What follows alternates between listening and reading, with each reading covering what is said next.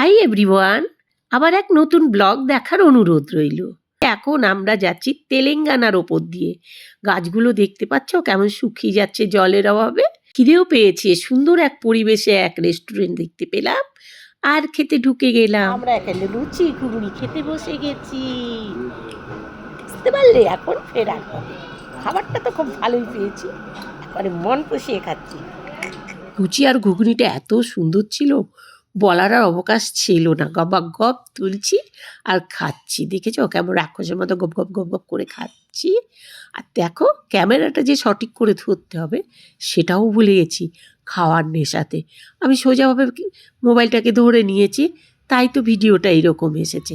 কিন্তু তো তোমাদের দিতেই হবে, না দিলে হবে না। সেই জন্য এই অবস্থাতেই ভিডিওটা তোমাদের কাছে আমি পৌঁছে দিলাম। তোমরা দেখে নিও একটু কষ্ট করে। ब्रेकफास्ट में इतना कुछ नहीं, वो लंच में खाता है। भैया जीरा राइस डाल दिया। গাড়ি থেকে নামলাম, দেখো এরকম একটা জায়গাতে।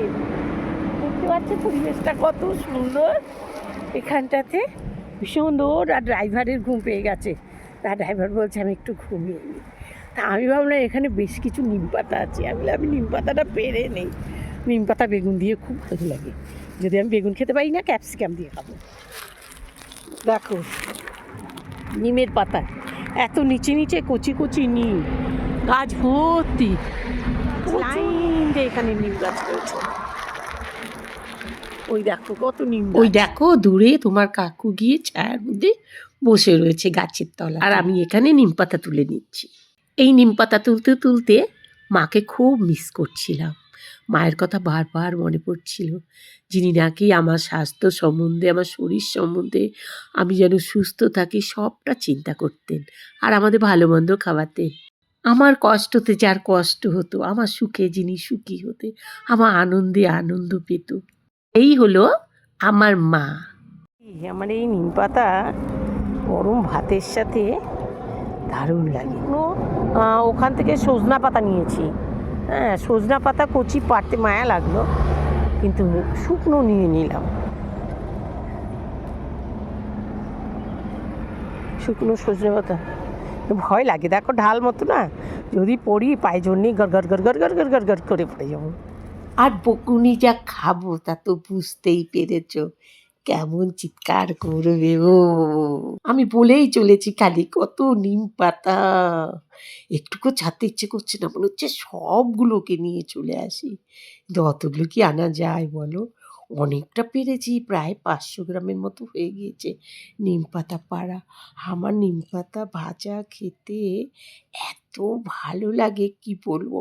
মাছ মাংস যদি থাকে পাশে সরিয়ে আমি নিম পাতা দিয়ে আগে শান্তি করে খেয়ে নেব। নিম পাতার উপরে আমার এতটাই লোভ আছে জানো তো। শুধু নিম পাতা না, উচ্ছেও খেতে আমার ভীষণ প্রিয় লাগে।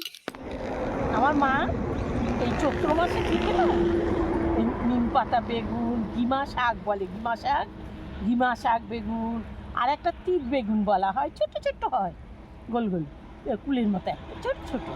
তো ওই তিত বেগুন, এই গাছগুলো, এইগুলো আমার মা রান্না করতে, এই তেঁতুলগুলো না হামেশাই খেতাম ছোটবেলা। খেতে না চাইলে মা বলতে না খেয়ে নাও, এটা শরীর খারাপ করবে, নয়তো এগুলো খেলে শরীর ভালো থাকে। আমরা খেয়ে নিই, আমি একটু কানাকাটি করে খেয়ে নিই। চলো আজকে ব্লগটা এখানে রাখি, পরের ব্লগে আবার দেখা হবে।